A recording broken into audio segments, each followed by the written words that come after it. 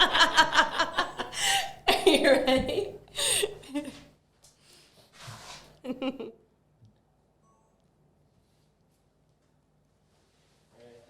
All right. Hey, welcome back to a new episode of Apparently with Astra, a safe space where parents and pregnant people can talk about all things, well, parenting and pregnancy. And before we get started, we just need to let you know that we are on Be Social Podcast. They are the brains behind this whole operation, so you make sure that you follow them. They're on IG at Be Social Podcast. They're also on Facebook. You can follow them there and subscribe on YouTube. Do you know that Apparently with Astra isn't the only show that's on Be Social Podcast? You can see shows about sports, about Barbados Adventure Race. They even have fashion and all kinds of fun stuff. So make sure you follow them, and you can follow me too. I'm at radio.astra on IG. I always make sure that in the link of my bio, you can click on the very latest episode of Apparently with Astra. So if you're listening right now and you want to check me out, follow it at radio.astra. All right, so let's get started with this episode. And this topic for this week is going to be really, really tough. I just want to say before we even get started that this is a really tough topic. And we've got two very brave people who have come into the studio to tell us about their experience with this topic. And the subject this week is pregnancy loss. Now, pregnancy loss, I'm not a doctor, as you can tell. I know y'all are very, very surprised. But according to WebMD, I checked out the definition, and it is the death, the passing of a fetus at any point during a pregnancy. And according to WebMD, yes, I read a lot about it, the majority of them happen during an early term pregnancy, so within the first 3 months. I also didn't know that according to some statistics in certain countries, I don't know if there's any statistics here in the Caribbean, but 1 in 4 pregnancies end in pregnancy loss. And that I know specifically for the UK. So today, this is what we're going to be talking about. And we've got 2 incredible guests here with us. Married couple. We've got Camille and Frank. Hi, guys. Hi. Hi. How are you? Good. Yes, the Desclaux-Negronis. That's quite a mouthful. And I know that we've got a lot to talk about. So, let's get started. First of all, how are you 2 doing today? I'm good. Yeah. Yes. Yes. Great. Thanks for having Excited. us. Thank you. Good. Okay. So now you guys, like we mentioned, are married. Congratulations. We have to let everybody know that we actually know each other. Yes. We met a couple of years ago, and I'm trying to remember who introduced us. I can remember it was actually across the street. Carrot Beach Bar was the first time I met you. We were at an event that Scott was doing, and you came after work or something like that, and then it was like, hi Astra, I've heard so much about you, and you looked at me like, who the fuck are you? That is not, did I really? Maybe You I gave was a drinking. look, but I think was either- I drinking? And you might have been tired, yes, and yes. you're like, I don't want to deal with anybody, so you're just like, screw Calling it. me out right now. So, but it was this is actually really sad, but because I cannot remember this incident happening. I really thought it was maybe a mutual friend. Probably we were on a beach somewhere, or maybe you came over to my house and that's how we met. But let me just say this.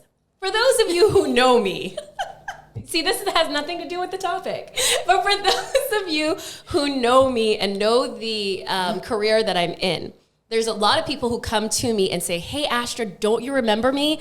Back in 1999, I met you at this car park outside of a supermarket, and we hugged and we had a really great moment. And then I have to feel like, oh, now I feel like the bad person because I don't remember. That is not. No, not at all. Was I a bitch? Were you like? No, I didn't get that from you. I just figured you were really tired because I know when I'm really tired and I'm just like, I don't know you. It's kind of like going to every single family reunion where someone, when you were 2, was like, don't you remember me? I'm like, dude, I was 2. Yeah, I was 2. I know, I've gotten this big. You've gotten so tall. What do you expect? I'm 12 now. You met me when I was 2.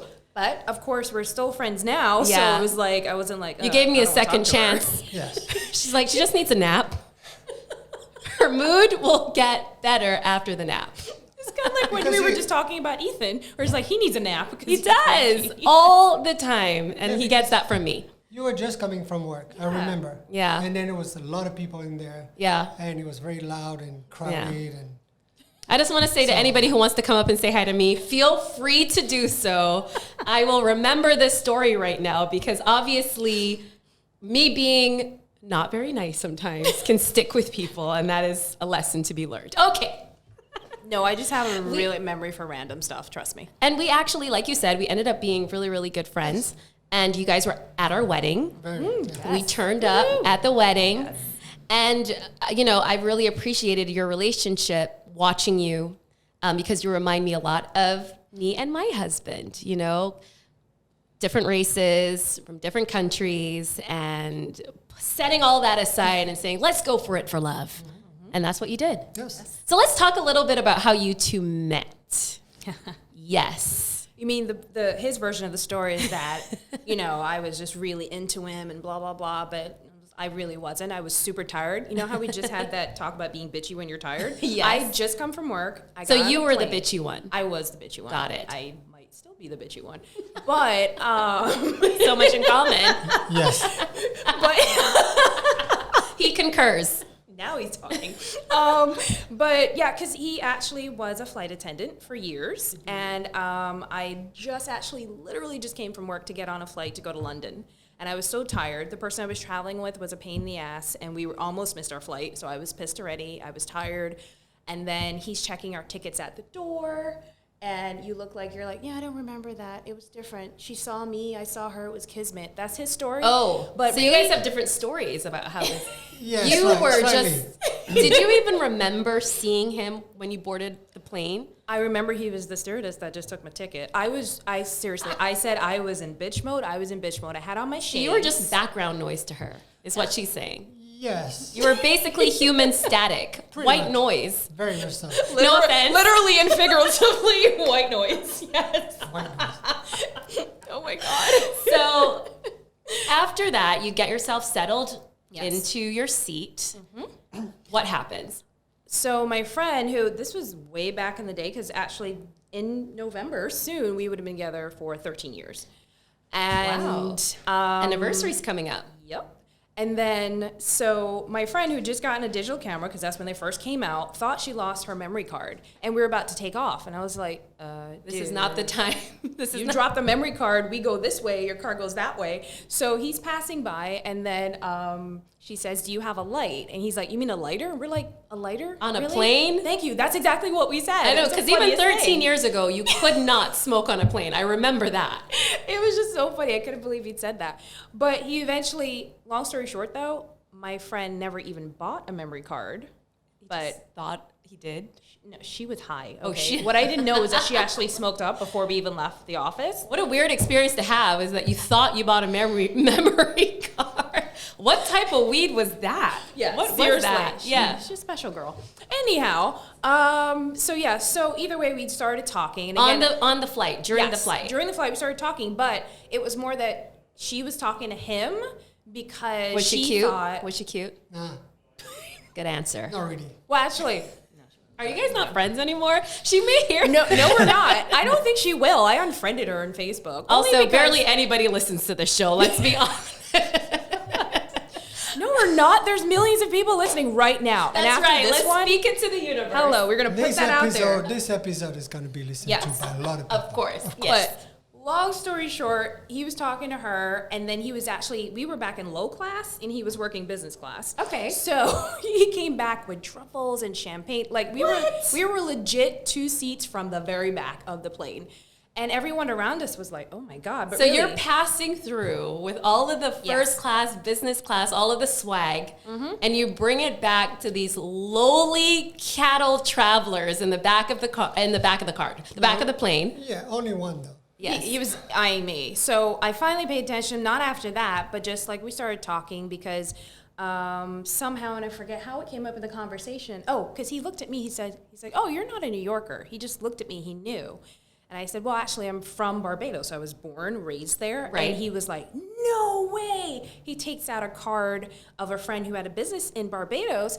Me being in bitch mode, yes, let's call it spade a spade. I'm just sarcastic as hell all the time. Right. So I said, you have one of those for every country? Like every single girl that you freaking meet, you know? So you see, that's the moment that I would have grabbed my champagne and my bag of truffles, look her up and down and say, thank you very much, ma'am. You have a safe flight. And I would have twisted around and went back up to first class. I'll be like, see you at the end of the trip, ma'am. Oh, he was But determined. you stuck through it. Yes, because I had a plan. Was this a 5-hour plan, like while you were Before on landing kind of plan. before landing? So where were you guys heading to? We were going to, London was the stopover to Budapest. How long is the flight from New York to London? 5.5. 5.5? It's about 5.5 Yeah, hours. so So you've got 5.5 hours. This is your plan. You're gonna win her over with Yes. nuts and Truffles. and truffles. Sorry. Nuts? What are we, plebes? Come on. No, nuts. Come You on. see, the flight attendant that tried to woo me gave me nuts. So obviously, That didn't work so to out. You're not speak. married. No, right it now, did so not. Yes, because you brought you nuts. you're welcome, Scott. See how things work out. So by the end of the flight, what was the vibe? No, it was really good because when he said the Barbados thing, we started talking, and that goes back to the connection to Barbados because he had been going to Barbados for 20 years, just about. Yeah, 16 years Or 16 previous years to meeting her. Yeah. Okay. So he knew Barbados, and it was like, oh my gosh, so this random French flight attendant that I meet on a British Airways flight knows Barbados. And This you'd is been so there random. before. Yes, 16 years, 2-3 times a year. Isn't that insane? It was just Yeah. so weird, and we started talking. So he took my number, and as I traveled throughout Europe, because it was Budapest, Prague, and then London was going to be my final stop. He was actually messaging me. This was way back when we didn't have technology, Windows but Messenger. yeah, Windows Messenger, sending me pictures of Barbados. I was being sarcastic and saying he's getting this from Google, and then we actually nicked him the Frogger because he was French and Right, French and the of course. frogs, because Oui. until you finally start going out with someone, you just make up a name for them. Yeah, Like, you make all do fun. that. You and your girls. Exactly. Right. Yeah. So he was actually wooing me through the entire trip, and it was just like, wow, this is interesting. Oh, and I forgot to say, the reason why I was on this trip is this 2 weeks before this guy I was seeing just turned into a total asshole. Okay. And I was like, you know what? I'm I not don't even need dealing this. this. I'm going to have fun. And by fun, I was going to go, and ladies, please, take this in the best way, but I was going to whore my way through Europe. Because it was like, you know what, guys can do You it. started in Budapest. Where are you gonna that's Eastern Europe, right? Okay, so you're gonna head west. What are you doing? You're just gonna see what you like. Exactly. It's kind of like a smorgasbord of Thank men. you. Exactly. So go through Europe and just see, hey, what's up? Did you still end up doing that? I mean, you guys weren't like dating fully by then. I No. mean, did you I get to? stopped in London. She carried on. I with had the my same. fun. Look, I had my fun. We didn't have rings, No, like, come on. absolutely. So, and you're no. young and you are enjoying life and no regrets, right? No. You don't have a tattoo that says no regrets on it. No, you're good. You enjoyed it. And that's Yeah. all that matters. So eventually you guys meet up. I Yeah, guess back in in New London. York. Actually, no, In in London. London? So in the last leg of London, where my coworker, she had to go to work because we had an office there. So I was like, oh, I'm still on vacation. So I meet up with him, and then we'd already put a plan together that because I couldn't remember what he looked like, I only remembered he was bald.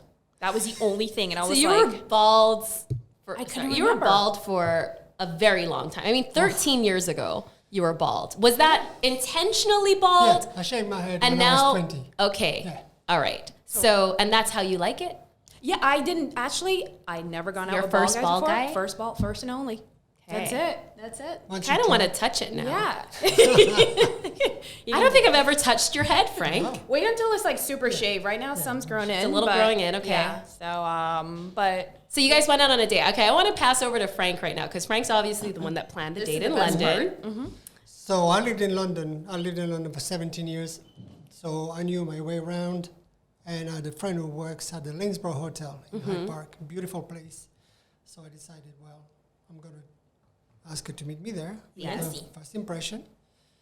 So we met there. She was sitting on a bench waiting for me. She says, I'm here. And I arrived and basically kissed on the lips and said hi. yeah. On the lips. Yeah. Straight away. What I was like, is that a French thing? No, because what I I had thought. this Did he theory slip you said- the tongue? no, he did not. I mean, he's French. That's 10 minutes later. Nah, But but I an hour figured- you fed me, and then we made out. Yes. So yeah, Because You I guys figured move real fast. 1 hour in. and we met for We had breakfast. 1 day. Well, you did have the 5 hours on the plane. I'm going to add that on. But the date was a whole day. Yeah. Yeah. And actually, he changed a flight so he could spend the entire day with me. Aren't you a smooth operator? Well, Yeah. you know what you want. So you were intent Oh, on making sure that this worked. Did you know at this point that this was going to be your future, or was it just like, oh my gosh, I really like this girl? Well, yeah. Because one, I thought she's hot. She's and hot. Then, and then Good she's start. fun. And then she's smart. She's sarcastic. She has a great sense of humor. So yeah, I hope this is. It's got the whole package. Yeah, basically. And you like And the she's bitchiness. Oh, Yeah. So the whole package I really liked. Right. And I was not really looking for anybody in particular. I was happy being single. So And she yeah, she so was it's she was really enough to kind of sway your big chemistry, Yeah. instant chemistry I love during that. that day. yeah. From the moment I kissed on the lips, she kind of said, "Okay, I'll go along with that." And She from didn't then on, slap you guys me, were so inseparable. was a bonus. Yeah, pretty much. Yeah. And then long distance for 4 years. Yeah. I was living in France. She was in New York. Okay. I would fly there as often as I could. Again, talking in the middle of the night on Messenger. Yeah. And calling each other. I bought my first camera because my laptop didn't have a camera. So did I. I So didn't had have a little Targus webcam camera, or a anything. This webcam. is actually hilarious. And I would Okay. wake up at 2 o'clock Now, in the for morning. those young kids out there who are listening to what's going on, Yeah. Old now, school. way back in the olden days, Back in the day. only the very like top upper echelons of people would be able to afford computers that actually had built-in cameras. They were called webcams. And to this day, they're still on computers. A lot of people don't even use it, but now I guess you do because of Zoom and COVID and all of that. But you actually had to go out and buy a Buy computer one. and stick it Stick it Yes. on top, Top of the put thing. a plug into the USB, and This is pray for the best. incredible. Yeah. It's just amazing how dating has changed over the Yes. years. Now it's like Tinder and Bumble. all of that Bumble, Yeah. but now back in the day you actually had to put in the work. You had to go shop for a web camera. Yeah. And messaging as well was helpful because we talked a lot.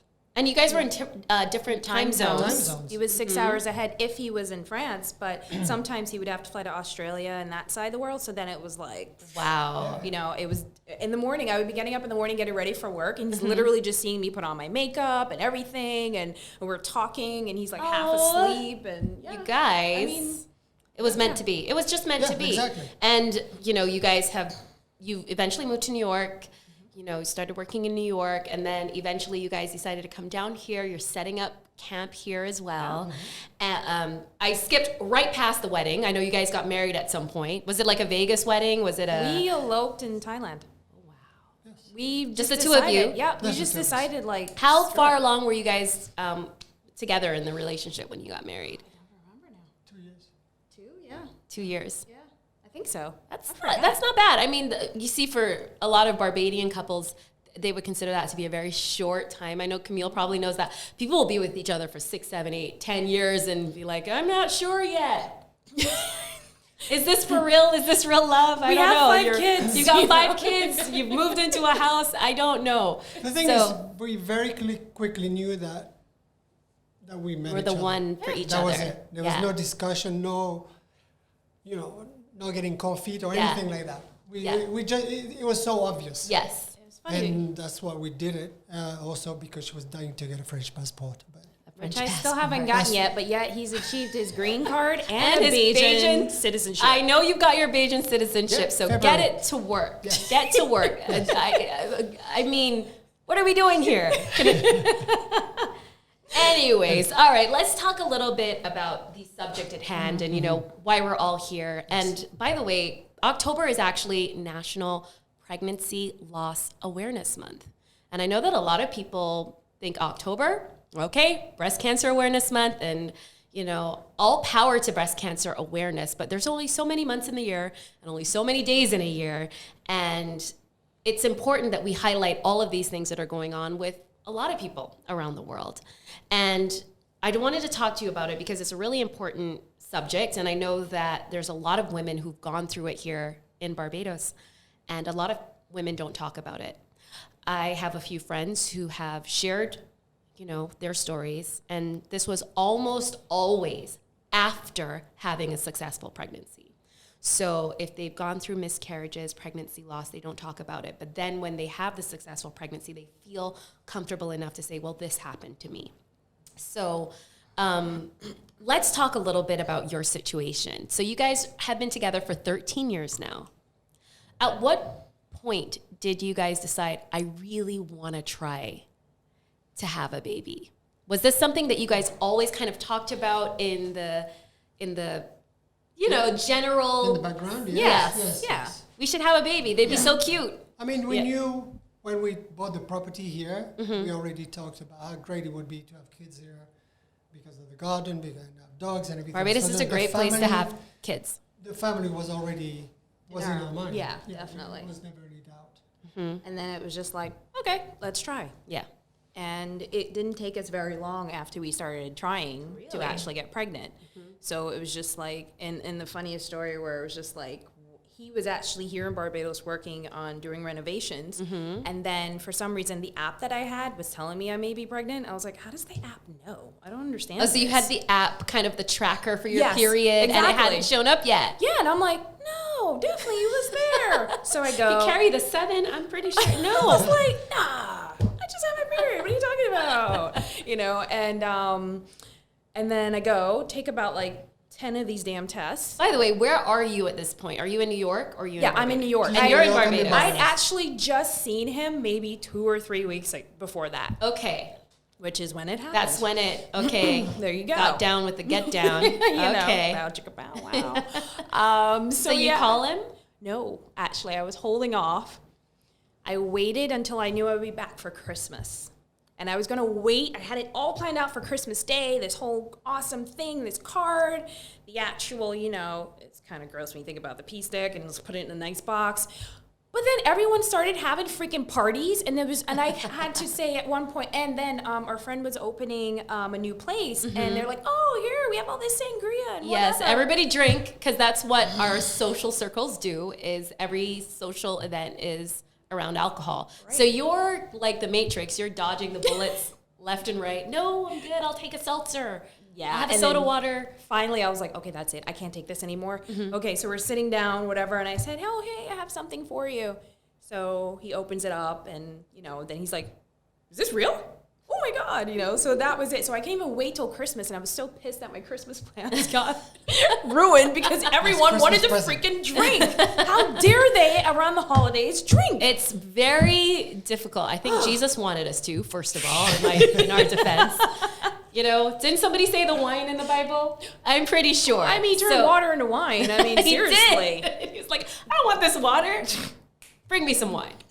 So that was a really, crazy, special Christmas for you. Yeah. And you're here in Barbados, but you're flying. Are you still flying back and forth to New York? Because I know that you work, part-time, well, not part-time, full-time, but you travel back and forth. Right. And he was still finishing the renovation, so we're going back and forth.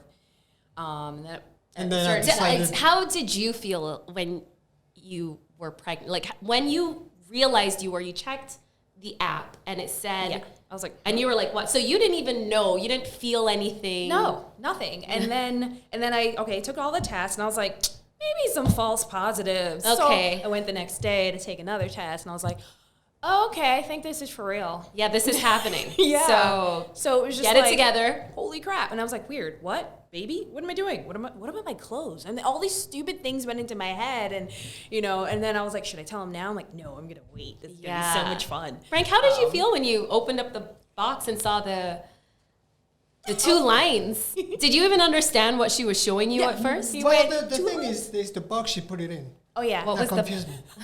What did you do? Was it a Joe Malone box? It's a Joe Malone box. So he thought he was getting perfume. So I'm excited it was because the only I thing have Joe that fit Malone the stick. And I'm like, oh, that's not a perfume. That's not a candle. What am I looking at? And then I looked, I was like, what? And then he was like, two lights? Wow. 2 lines. Wow. And I I didn't expect it. We hadn't talked about it. She hadn't told me anything. So as far as I was concerned, I was getting a drink on the boardwalk. And that was it. Cologne. So, yeah, and getting cologne. So. Okay, so you're happily pregnant. This is happening. You have an idea of how far along you are. Did you go to your first pregnancy appointment at around the 8-week mark? Yes, where he was with me. Was it here in Barbados? No, or it was in New York. No, okay. I moved back to New York. As soon the as moment I knew, then by January, right. You were there like a few days before the first appointment. I moved right back because there was no way I was going to be here while she was pregnant. And at this point, nobody knows in the outer circles. No. I mean, probably your family and nobody. Not even the family. I'm very good at keeping secrets. Actually, people didn't know we were married for a very long time. What is that about? It's our business. My damn business. 5 years to tell my mother. What? Yeah. And then so that's a whole other podcast episode. We have a lot of stories. Nothing against her. It just... I could just sit here and interview you guys all day. All right, so you don't tell anybody. So you go up at the 8-week mark and you get to do the ultrasound to see the baby. Yeah. What was that like? It was so funny because she zoomed in. I was like, it's not that big yet. She's like, no, I zoomed in. Oh, okay. You're looking down at your belly like, where? I know. I was like, ooh, my abs are coming through. Nice. All that workout. But no, it was really exciting then hearing the heartbeat and everything too. So it was just like, oh, wow, this is legit happening. Yeah, this is happening. This is real. Yes. I'm like, and it's exciting, it's elating. At the same time, you start thinking, okay, your head went crazy. And, you have a million thoughts because you're thinking, what are we doing? Yes. And the house in Barbados, and then the studying, and then am I going to be? We're going to take him to school, and what is he going to look like? Because we have different backgrounds. My background is very mixed as well, so it's all these questions. And the baby at this point is just like, just chill out, everybody. Yeah, like, just relax, okay? This happens, you guys are going to be fine. Yeah. So you are at the 8-week mark. The doctor says everything is fine. Yes. Are you planning at this point? Have you guys decided, okay, let's go buy clothes. Let's go get these things done. When did that start? Did you start that? No, because for my job, I travel so much. So I was kind of putting it off. And I was like, I can just order everything on Amazon Prime when I'm ready. Would you say that you are the type B in the relationship? Or would you guys both be type B? Because type A, which is, my husband, Scott, it's like he knows what's happening in 2021, like Christmas, New Year's Eve, all of that. He knows. Are you guys both type B personalities? So I'm more type A. So it's so interesting where I joke around and say I'm the most anti-social event manager ever because I'm like, okay, great, I'm on. But when I am done, I'm like, don't talk to me. I don't know. That's it. I'll hang out. And also the thing is, since I always plan for a living, when it comes to me, even he does our vacations because I said, I plan 24/7. You don't want to do it on your off time. I don't want to do it on my off time. I get that. So that's So as it stood at that point, the 8-week mark, maybe 12 weeks, 16 weeks, things are kind of going ahead. Yeah. You're feeling good? Yeah. And you're feeling good about the prospect of this happening. But you guys haven't kind of physically planned anything yet. No. For the arrival of the baby. No, not yet. Did you guys get to do any testing? For example, Scott and I did the Harmony test really early. I think it was at the 12-week mark. Did you guys test for things like genetic abnormalities? You can tell the gender of the baby. Usually, you can do all of that around, I think it's like the 5-month mark, where you can kind of see the baby physically and you can tell the gender. Did you guys do any testing beforehand? Or we did the typical because I fall within this category of as soon as you are 35 or older, you're now geriatric according to the medical terms. So the geriatric pregnancy. So they did all of those tests and additional tests because they just want to make sure. So they did all of those tests. At what stage were you at that point? I'm trying to remember. I think that was maybe between the 18 and 20 week time. But they definitely did the typical testing that they're checking for trisomy and Down syndrome and all that other stuff. Yeah. And those came back negative. So I really felt like everything was fine. Good. The baby, actually, they said there was the right weight, length, etc. So everything was fine. And at this point, you are telling people? At 18 to 20 mark? No, you are really good. You are really good. Because I have to say, most women are physically bursting at the seams. Like, oh my gosh, I've got to tell someone. It's because 18 weeks is about 4.5 months along. Yeah. So you're just like, locked up. Because it was just like when we got married, it was our secret and it was just us. So we wanted to keep it that way for some time until I really couldn't hide it anymore. Because the thing is, as soon as people start finding out that you're pregnant, then comes all of the unwarranted advice. You didn't ask for it, it's not requested, but yet they just feel like they have to tumble all, and this is how you do everything. And you're like, pause. I don't really need to know all of this. And most of it, honestly, you can do what you want, but at the end of the day, it's going to be your decision. What you feel is best, your instinct, all of that. And your neighbor, your sister, your coworker, nobody can tell you what your instincts are going to be a mom. And that starts from the moment of inception. Yep. So Inception? No, that's a movie Conception. with An Inception. That's the movie with Leonardo DiCaprio. Conception. Conception, yes. All right, so you're in the 18 to 20 mark and everything is fine. You have done the test and you're feeling good about things and you found out about something happening at some point. At what point was that? We were at... we had my birthday party. Well, it was actually... Because at that time, I had a lot of events going on for work, and I just wanted to get this one event out of the way. And then we actually had a doctor's appointment the day after this huge event. Okay. So we were all excited, like, okay, we're going for I think it might have been... Yeah, it was like 22 or something week. And then...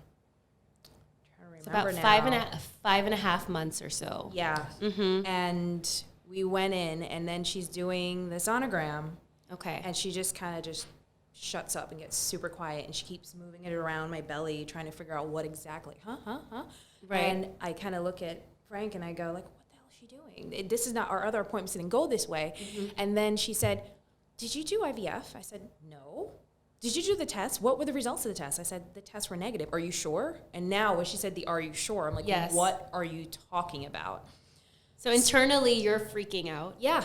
And externally... We didn't expect the awareness of our questions. This is your same doctor? No, this wasn't a doctor. This was just the technician, the sonogram technician. Because the doctor usually, it would be, and I don't know how it is here, but the sonogram technician does it. Then doctor reads the results and comes and talks to you. Right. So with us, it's the OBGYN does everything. Oh, okay. Mm-hmm. Well, at least mine did. Mm-hmm. And she did everything. So she knew from the time. So this was somebody that came in and was asking you all of these questions, and you're like, pause, wait, what's going on? At this point, you probably just really want to talk to the doctor. Right. So she went and she got the doctor. The doctor came back and just said, okay, what we're seeing here.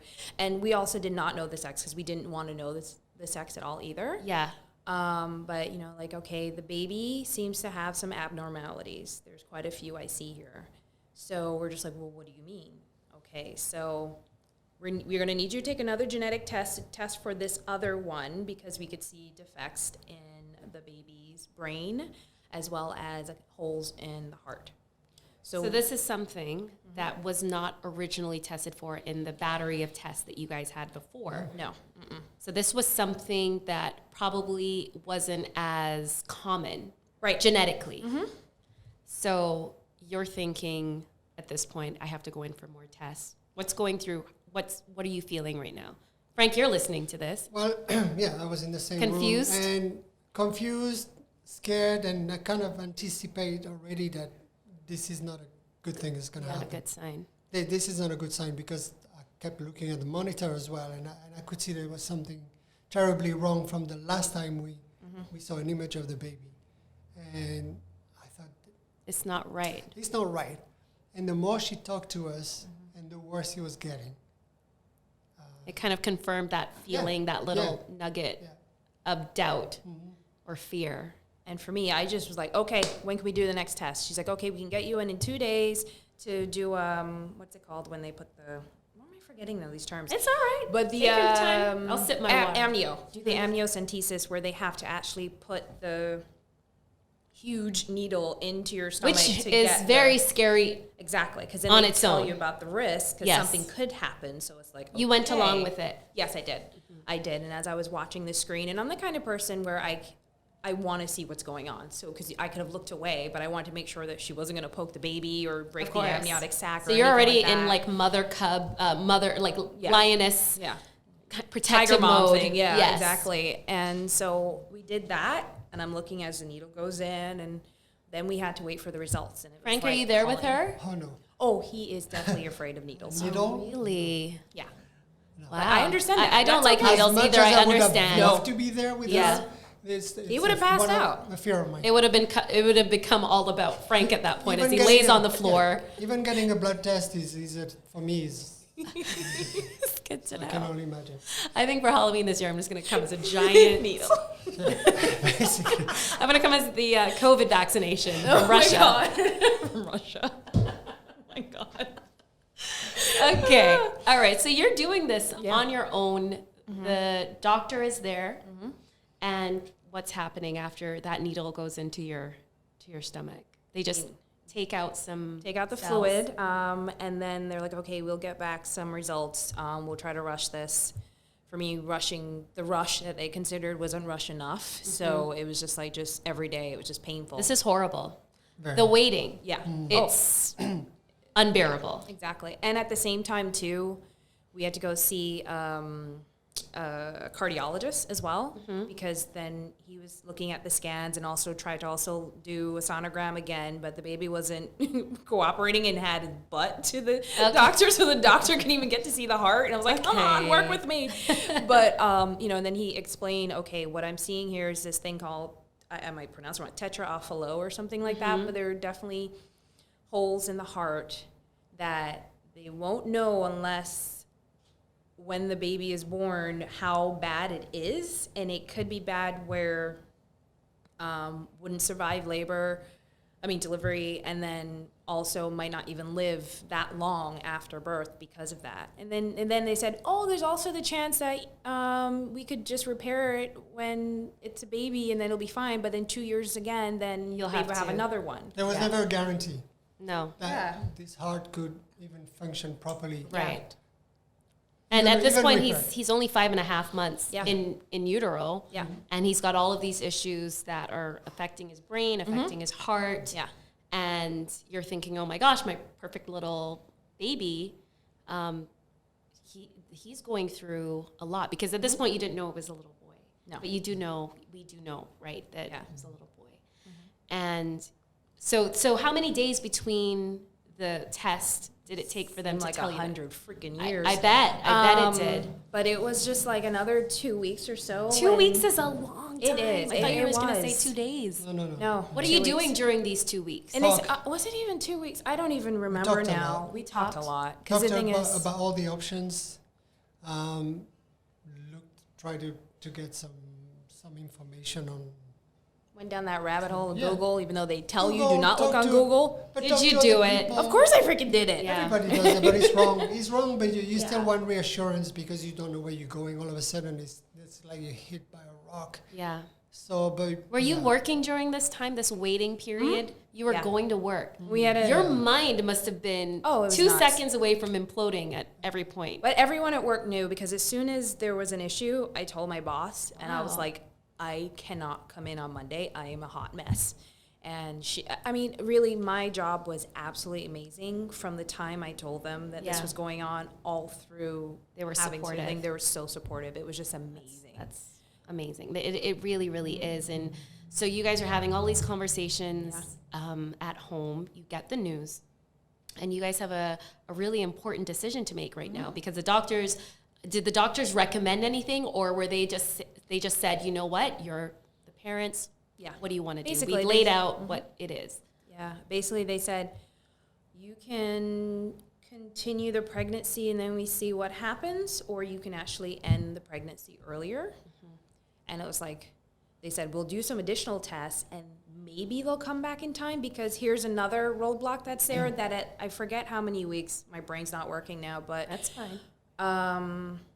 in New York, because it is one of the actual states in the U.S. where you can have what they would consider a late-term abortion. And that's after how many weeks would they consider it to be late term? Either 23 and a half or 24, I forget. I think it's 24. Because So some close states, to 6 months. Yeah, Close to the 6. end of the second trimester. Yeah. Yes. Okay.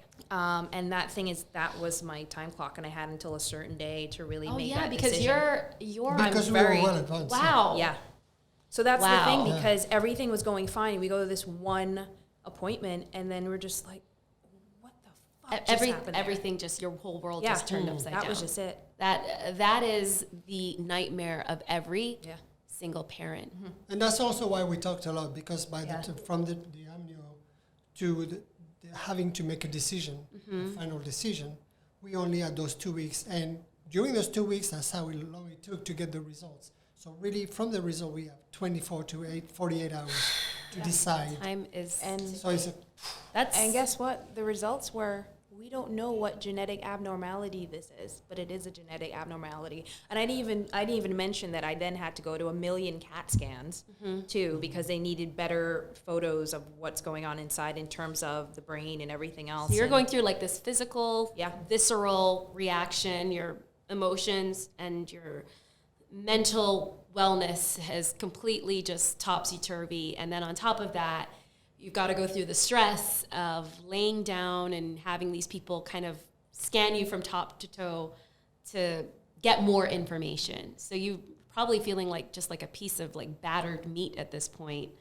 And it's traumatic. It's traumatic on every level. See, the way how I deal with, it's interesting how I deal with trauma and stress, because growing up was not easy. I had definitely some, I mean, I had a good childhood, but then there were some parts that were messy.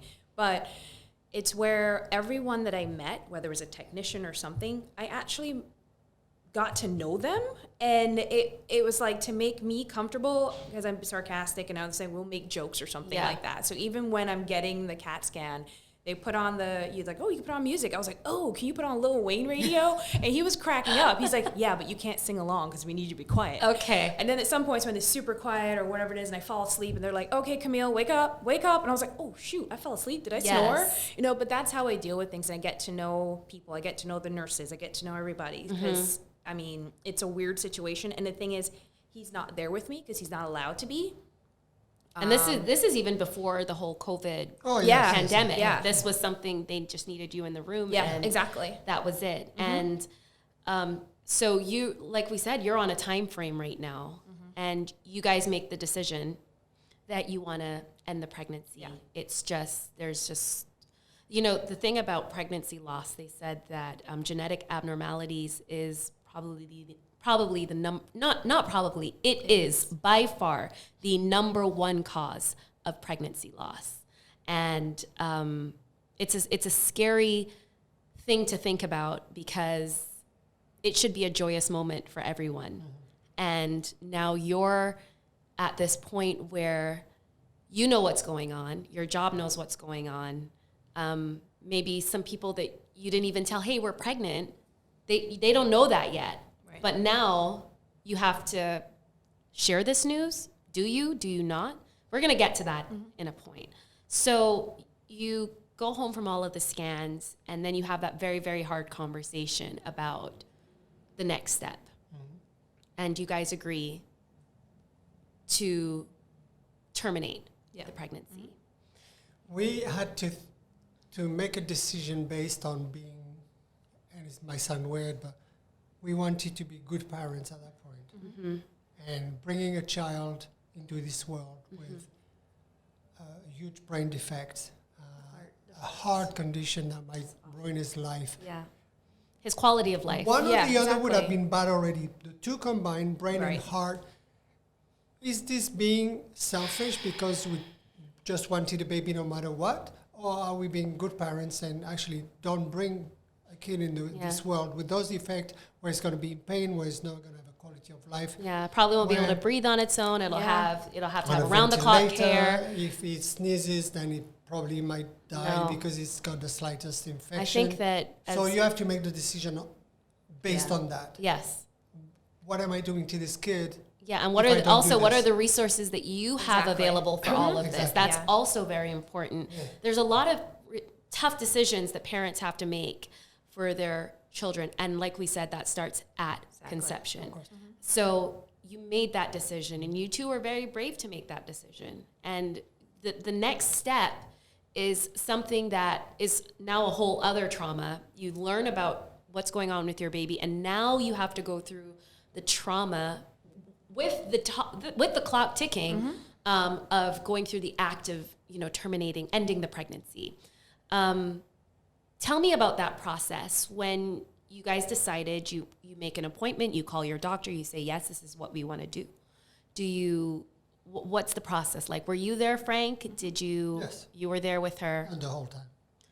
What happened? You just... Except for the needle part. Apart from the needle. Apart from the needle, which is expected. So it had to be a surgeon. So they recommended us to one of the top surgeons, I was with NYU Langone, but he was just amazing. I can't say Dr. Berg was just so freaking amazing. And again, another sarcastic soul, because we were cracking jokes. I'm like, why are we cracking jokes during this really awkward time? But, but yeah, so we had to see him, and he's like, okay, when do you want to come tomorrow? I was like, whoa, dude, I'm just seeing you for the first time tomorrow to start this, because the whole process is, because I was so far along, it's not that easy. I actually did have to give birth. Your options were very few, because usually in early term or early stage pregnancy, you have more options, and you actually had to go through the process of giving birth. Yeah. So what a mind fuck, honestly. Totally. It was crazy. And there's just two different options, where either there's this thing that pretty much he uses these, they're made of seaweed or something like that to help your cervix to actually dilate. Yeah. He said there's that option where you can start it, and you have to come back to the office a couple of times for him to remove them and put new ones. But I was like, what? That seems like a lot. Exactly. You don't want to do that. And it was extremely painful. Okay. So so then he said the other option is you could check into the hotel, the hospital, and then we can induce using something else. Right. And he's like, it should take about a day or two. Oh, me being the overachiever, it took me I was there for 2 nights, almost 3. They were worried that they were going to have to actually surgically do it. So you were in the hospital just kind of waiting for you to start the process of kind of giving birth. And I was in the area where all these other women are. I had my private room, but it's still the area where for pregnancy. So when we checked in, she actually thought I was there to give birth. And then I did say to her, I said, no, actually I'm not. And she was the sweetest person. She hugged me. She's like, you know what? I've been through this, and you'll be fine. I met some amazing people during this entire process. Yeah. But, Have your tissue. Get it. I'm good for now. Okay. Staying up. You can stop. You can not help but feel. You cannot help but feel a sense of envy at how lucky these other women are. Yeah. And they're in such bliss, and you're wondering, why me? Of all of these women that are here, why me? And it's just one of those things where I'm thinking about myself in that situation, and I would feel nothing but anger and just, why God? And what does this mean? Am I a bad person? Why? I would just have these, I know myself, and I am not a big enough person to say, oh, well, yay for everybody. This is great, happy for you, even though this is happening to me. I could not.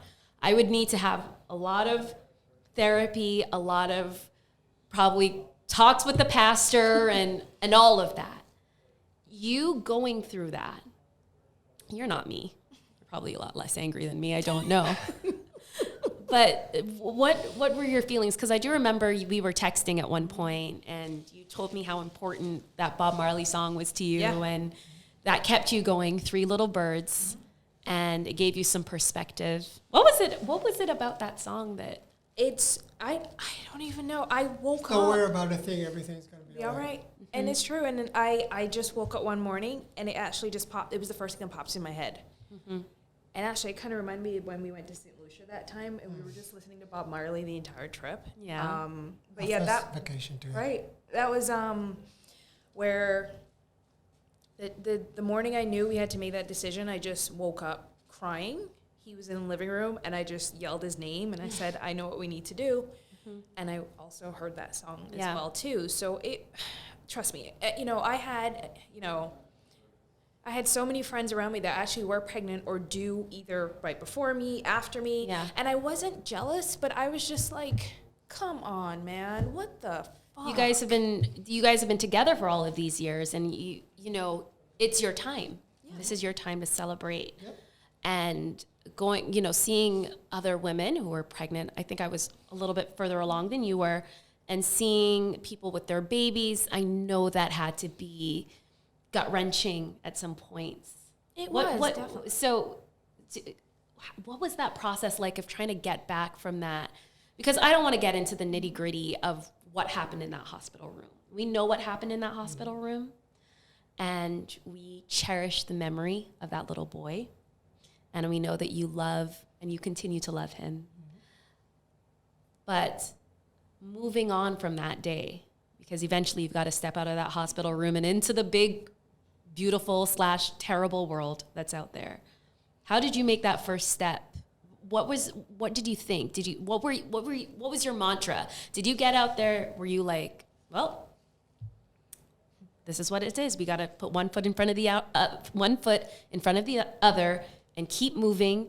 Was it something that your family said? Was it that you felt like you knew you had the support of a lot of people? What kept you propped up? I know Frank was there, like the boss he is.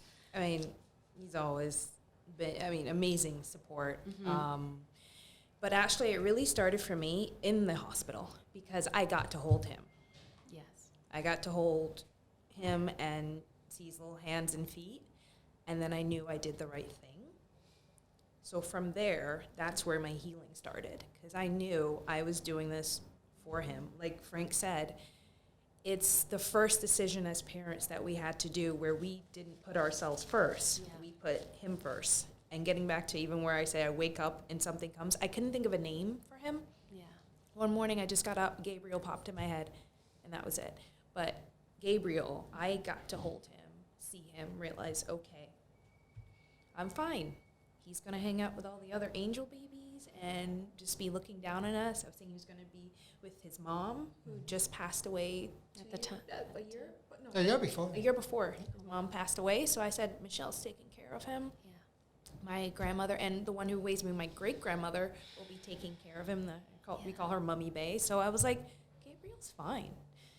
And, again, work being amazing, I took off some time. And the thing is, when my time, I was kind of due to come back at Mother's Day. Yeah. And I was like, no, that's not happening. No. I don't want to hear everyone saying Happy Mother's Day. Oh, gosh, yeah. So, That's and tough. then, again, it was talking. It was talking, a lot of talking. You and Frank on the couch. Yeah, pretty much. Yeah. You've been on the couch. You've been on the couch. The couch is a very healing place. Yeah, right? Yes. You get takeout to the couch. Yeah, you watch Netflix from the couch. That was you it. Cuddle. You talk. And also, he helped me because not only emotionally, physically, your body, you're going through the same thing as someone who'd actually carried a full term. Which is traumatic. I'm still, healing. Right, exactly.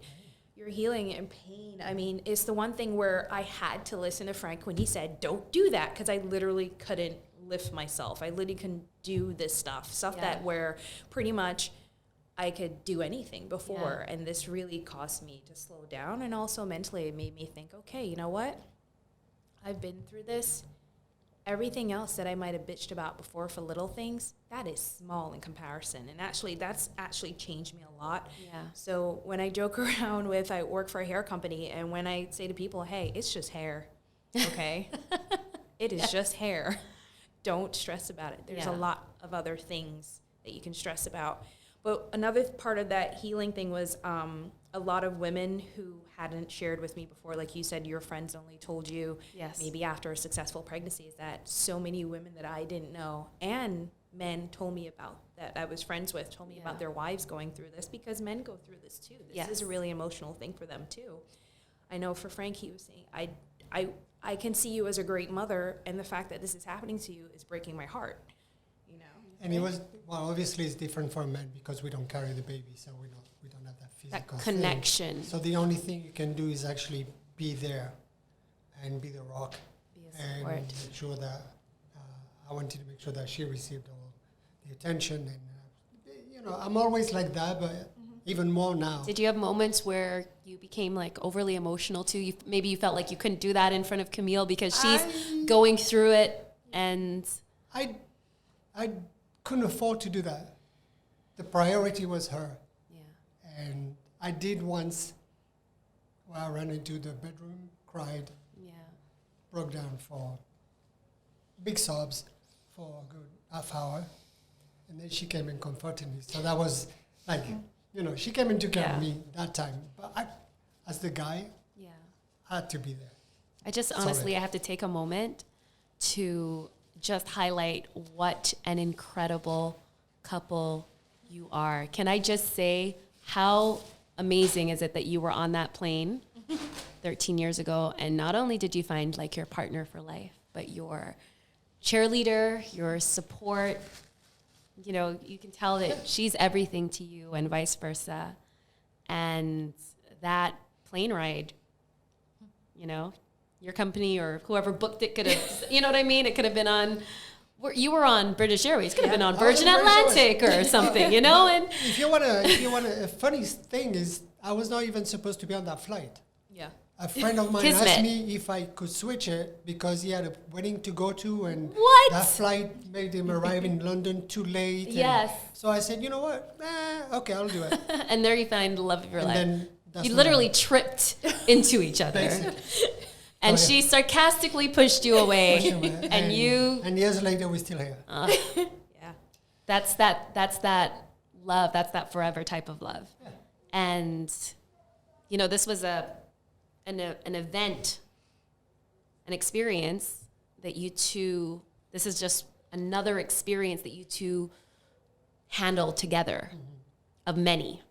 And has it made you guys, do you feel tighter than before? Oh, definitely. Stronger? Of course. Because this type of thing, you hear it's true, it can make or break a couple. Yes, very much so. So we made it through because we've always had this thing is no matter if we have disagreements or whatever, we're like, okay, really, in the grand scheme of things, we have to think about us. And is it really that, important if we're going to like, well, you left the chicken out. I'm just randomly thinking of something. Just the random things that couples complain about. Yeah. And, and going back to the healing, another thing is too, is hearing back from those women, and then actually I shared my story, and that by that time, where I never made an announcement that I was pregnant, but I made an announcement that I was pregnant, and this is what, because I was like, why are so many?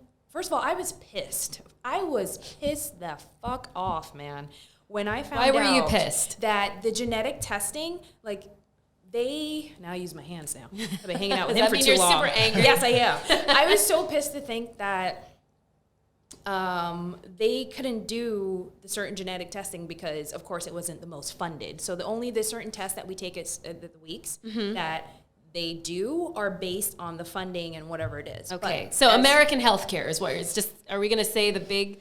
I think is the big bad word? I think it might be everywhere because healthcare in general, because I've talked to different people in different countries too, and how insurance and healthcare, they only focus on certain things. And when it comes to women's reproductive rights, it is not at the forefront, considering that you want women to repopulate your entire friggin' world. Yeah. But yet you don't think about stuff like this. It's absolutely asinine. Right.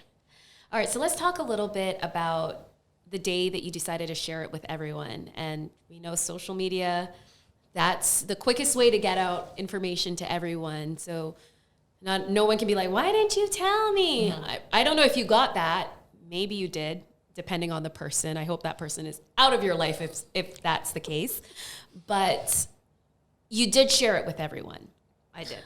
What was the reaction to your pregnancy loss? How did people react to that in your circle on social media? I mean, they were devastated because they really wanted to see me. They always joked around and said, oh my God, you make such a great mom. It would be hilarious to see you as a mom at the same time. Mm-hmm. So they were devastated, friends, family. Had one family member, though, who's a Bible thumper and had said to my mom, but not to me, because she knew if she said it to me, I would have cussed her out. I have no problem cussing out family members. That's probably why she didn't come to you. She's like, you know what? You are? I don't give a crap. Right. But anyhow, she had said, well, she should have just let the Lord handle it and whatever it is. Like, woman, this is this. And my mother said, yeah, thank God she didn't come to you, because, yeah. So, but, and then I got a lot of private messages and DMs like, this happened to me twice or 3 times or whatever. And I'm just like, wow, thank you for sharing your story. That's the first thing I say. Yeah. But my post, I was really saying, like you said, the stats, 1 in 4. Yes. It's very common, but people don't talk about it. Women don't talk about it because they feel ashamed. Yeah. They feel like it's their body that's given up on them. Something's wrong with them. Did I do something wrong? Like, oh my God, did I exercise too much? Did I not eat the right thing or whatever it is? But like I was saying, I was just like so pissed that when you're trying to have a child, or even growing up as a woman, they need to tell you that it's not like TV where everyone can just get pregnant all willy-nilly. Like, it's not that way. It's very hard. It's a lot of pressure. And there are a lot of people who are struggling with trying to get pregnant. And I think because society sees what is portrayed in the media, when they bring it to everyday life, we can't help but feel the weight of society's expectations on our shoulders. So something that should be... I wouldn't necessarily say natural, because it's not natural. It's something that you should feel like you have all the support in the world if you want to do it. You don't. This is really how it goes. After you get married, they ask you immediately, when are you getting pregnant? After you do get pregnant, if you have the baby, great, but when is the other baby coming? It never stops. There's always something that you have to do, and I think it's really important for all of us to take a step back, take a breath, and not share the immediate opinion that comes to mind.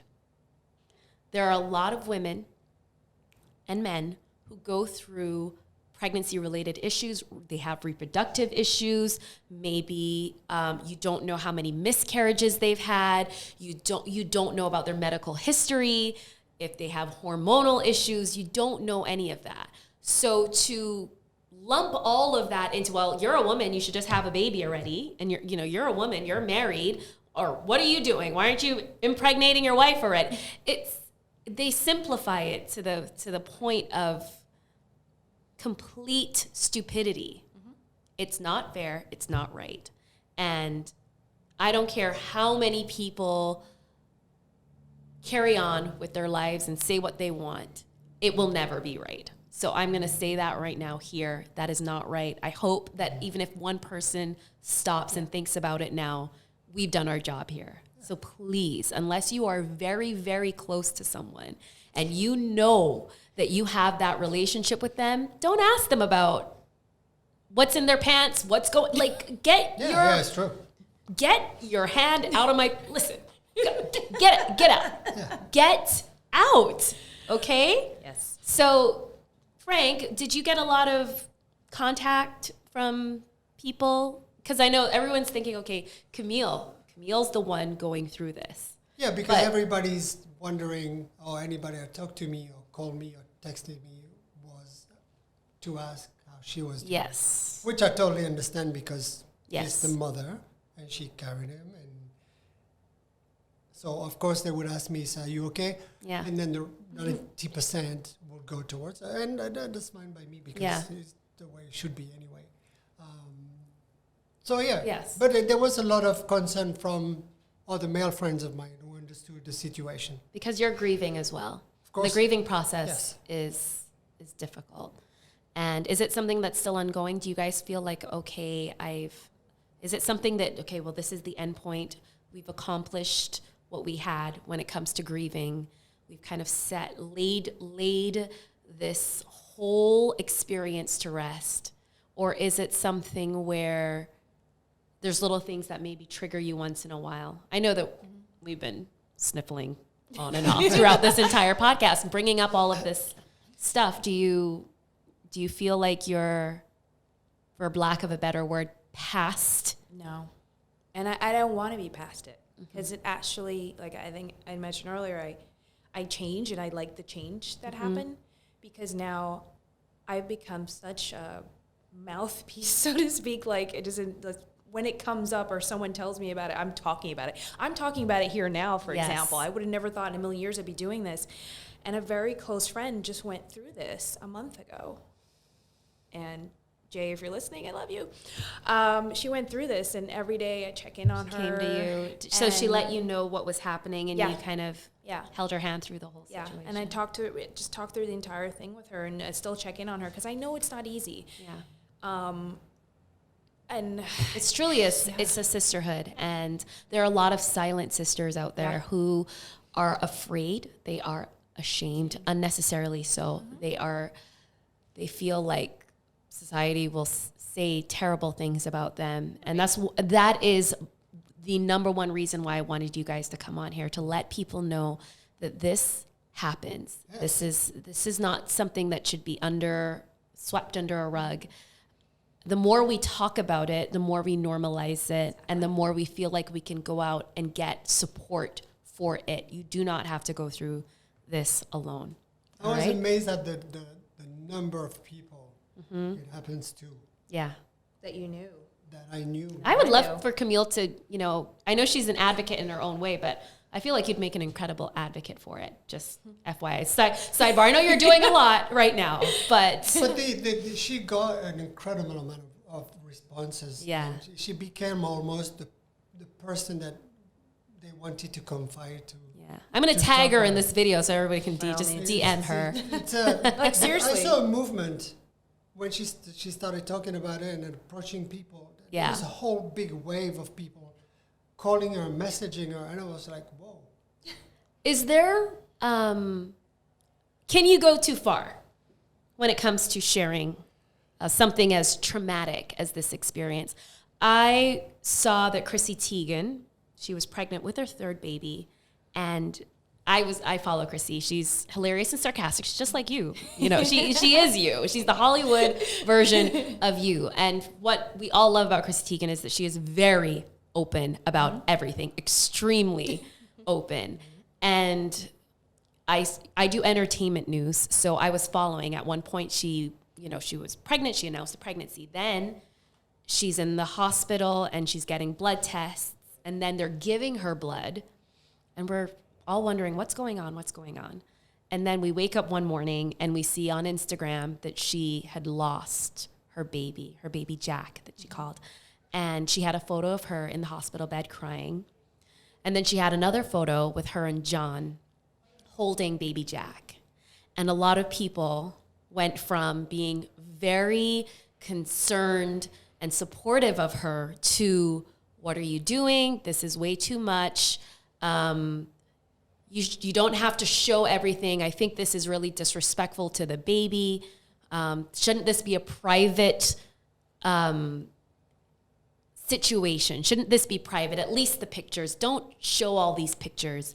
She had posted, how am I going home without my baby right now? How am I leaving the hospital? I'm not pregnant and I don't have my baby right now. She was very open about the whole thing.